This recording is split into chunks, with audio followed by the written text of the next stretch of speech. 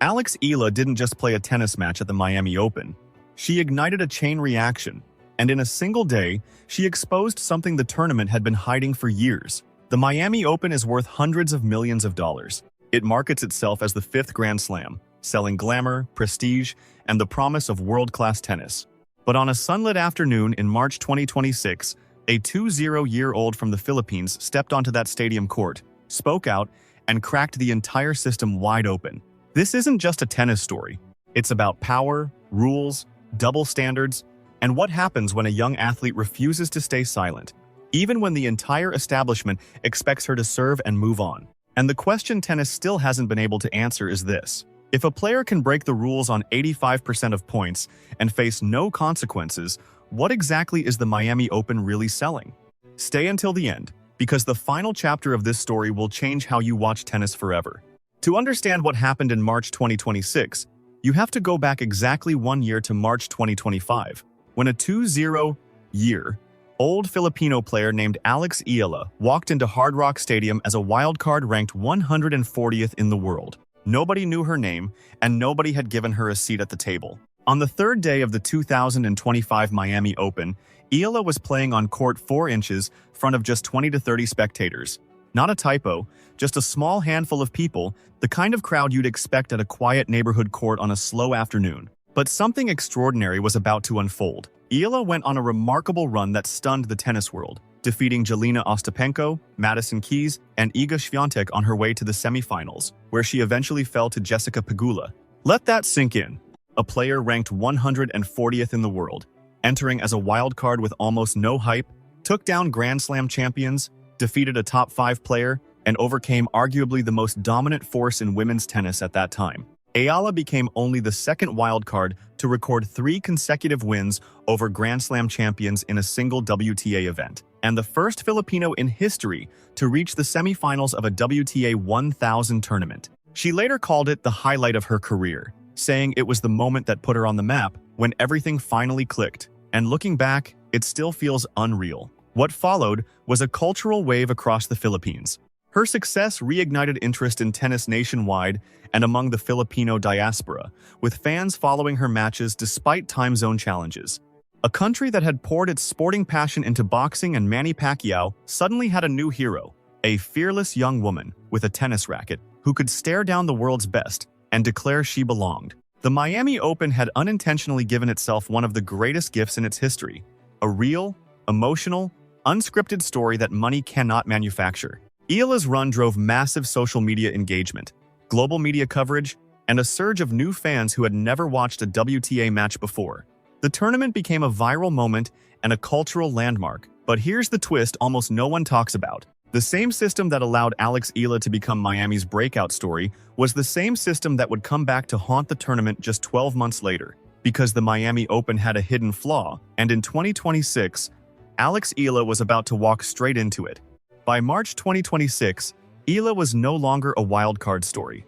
She entered the tournament as the 31st seed, ranked number 29 inches the world, defending the 390 points she earned from her semifinal run the previous year. She had evolved from a Cinderella story into a legitimate contender. The stakes were higher, the pressure was real, and the draw handed her a match that was anything but easy.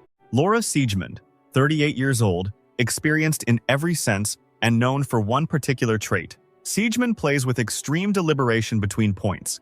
She mixes slices, drives, spins, and angles, constantly disrupting rhythm. But it's not just how she plays the points that frustrates opponents, it's what she does between them. She takes her time, slows everything down, walks, turns, adjusts, and while all of that happens, the clock keeps ticking. And sometimes, the clock seems irrelevant. The match stretched to 3 hours and 20 minutes. Eala lost a grueling opening set in a tiebreak after leading 3-0 and holding 4 set points, 4 chances that slipped away. Then, midway through the second set, with Eala serving at 2-1, something happened that would ripple far beyond that match. Eala missed a routine serve, a completely normal mistake that happens countless times in every match. But instead of allowing her to reset and serve again, Siegemund walked away, turned her back, and retreated toward the baseline, appearing to raise an issue with the chair umpire. That was the moment Eala had enough. She approached the umpire and made her frustration clear. asking them to monitor the time because her opponent was repeatedly delaying, explaining that she had been ready to serve before the point was interrupted. The umpire responded in a restrained, almost powerless tone, saying the timing was being monitored and both players needed to be mindful of the clock. Then Siegemund, with the calm confidence of a seasoned veteran, delivered a line that would define the entire controversy. "It's not about the time, it's about the focus." She wasn't denying the delay. She was reframing it as strategy, as a mental tactic, and in doing so, she essentially admitted everything. Broadcast cameras captured it all, and the statistics shown left viewers stunned. Eala exceeded the 2 5-second shot clock on 57% of her service points, while Siegemund did so on an astonishing 85% of hers. Both players were technically violating the rules, but one was doing it almost every time in plain sight on a major stadium court at a multi-million-dollar event. And the response from officiating was essentially, "We see it, we'll mention it, keep playing." This wasn't an isolated incident. Siegemund had a history of frustrating opponents with delays. Coco Gauff experienced something similar during her first-round match at the 2023 US Open, on her way to winning her first Grand Slam title, questioning how repeated time violations were allowed with minimal consequences. Years later, it was the same player, the same tactic, and the same lack of enforcement. Eala went on to win the match 6-7, 6-3, 6-3. But the conversation she sparked that day was only beginning. Because this wasn't just about one match or one player's gamesmanship. It exposed a deeper issue, a broken rule that tennis has failed to properly enforce. And the Miami Open, one of the wealthiest tournaments in the sport, was benefiting from the spectacle while doing nothing to fix it. The clip spread rapidly. Within hours, social media was flooded with reactions from fans, analysts, and journalists. The discussion quickly shifted from Eala versus Siegemund to a much bigger issue. The shot clock rule, introduced to modernize tennis, keep matches flowing, respect viewers' time, and ensure fairness, seemed ineffective in practice. The rule is simple. Players have 25 seconds between points. Exceed it and receive a violation. But in reality, enforcement is inconsistent. Eala's complaint, along with similar frustrations voiced by Carlos Alcaraz in another match, made it clear that tennis needs immediate reform. The solution isn't complicated. It requires common sense from officials, especially at a tournament worth over $18 million in prize money, played in front of thousands, and marketed as the sport's unofficial fifth major. Officials must not only track time but also understand the rhythm of the game and apply rules consistently. As the story gained traction, journalists published analyses, former players shared opinions, and a central question emerged. Not just about Siegemund, but about the tournament itself. The Miami Open built its identity on prestige. Originally envisioned by founder Butch Buchholz as the Winter Wimbledon, everything about the event, from the venue to the production to the prize money, reflects that ambition. But prestige requires consistency, and consistency demands fair enforcement of rules for everyone, whether it's a rising 2-0-year-old star or a veteran with decades of experience. What the world witnessed, supported by live statistics on broadcast television, was a failure to meet that standard. The Miami Open generates massive revenue through tickets, sponsorships, broadcasting, and commercial partnerships, making it a highly profitable machine. But systems like that resist disruption. They don't welcome friction or scrutiny, especially not from a young player publicly questioning fairness on a global stage. When Eala spoke up, she wasn't just calling out her opponent. She was challenging a system that had allowed this behavior to persist across multiple tournaments, opponents, and years without meaningful consequences. The internet noticed, and it didn't move on. Even as Eala advanced and defeated Magda Linette in the next round, proving her level as a top 3-0 player, the conversation continued to grow. Fans began asking a difficult question. Why does this keep happening? Because the issue wasn't new, and multiple players had raised similar concerns with little change. Two elite athletes, years apart, the same complaint, the same weak response, and no real consequences. If this had been a one-time incident, it could be dismissed. But it wasn't. And by allowing it to unfold on one of the biggest stages in tennis, with clear statistical evidence, the Miami Open became the tournament where the world finally saw undeniable proof. The situation was especially uncomfortable given the tournament's financial pressures and its need to maintain its status among elite events. The last thing it needed was a viral controversy suggesting it couldn't enforce its own rules.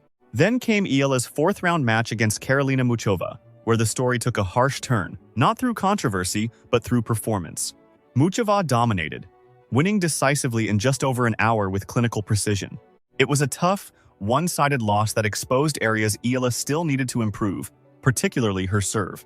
The timing of that defeat mattered. In public perception, there's always an audience ready to dismiss criticism by pointing to failure, shifting the focus away from systemic issues and back onto the individual. But even that loss couldn't erase what had already happened. The match, the statistics, and the questions remained. As a result of her exit, Eala dropped in the rankings, losing points in a system that enforces consequences with absolute clarity, something the officiating in her earlier match had failed to do.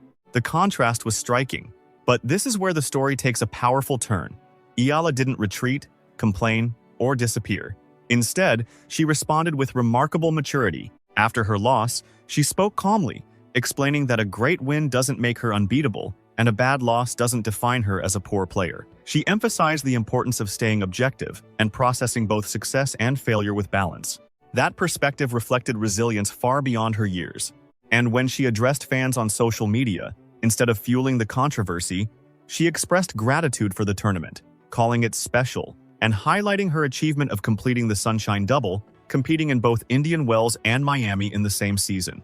In doing so, she rose above the noise. She made it clear that she is not defined by what happens to her, but by how she responds. Still, her experience revealed uncomfortable truths. The shot clock controversy exposed inconsistencies in rule enforcement, reliance on umpire discretion, and a system that can be manipulated by those who understand its gaps. The tools to fix this already exist, from automated timing systems to stricter penalties, but the issue is not technology, it's willingness. When a major tournament fails to enforce its own rules consistently, it affects the integrity of the entire sport. Eala understands her role, stays focused, and relies on her team to keep her grounded and accountable. That's what a functioning system looks like, identifying problems and correcting them. In contrast, the officiating in her match recognized the issue, acknowledged it, and allowed it to continue for hours. Eala has said that expectations and opinions are beyond her control and that she knows her own truth. While she remains clear about her path, the Miami Open is still grappling with its own identity. From a wild card playing in front of a few dozen spectators to a seeded contender challenging systemic issues on one of the biggest stages in tennis, Alex Eala's journey at the Miami Open stands as one of the most compelling stories in modern sport. She succeeded when no one expected it, endured pressure when others predicted collapse, and spoke up when most would have stayed silent. The debate she ignited goes far beyond one match or one tournament. It raises a fundamental question about the future of tennis, what kind of sport it wants to be, and who it truly serves.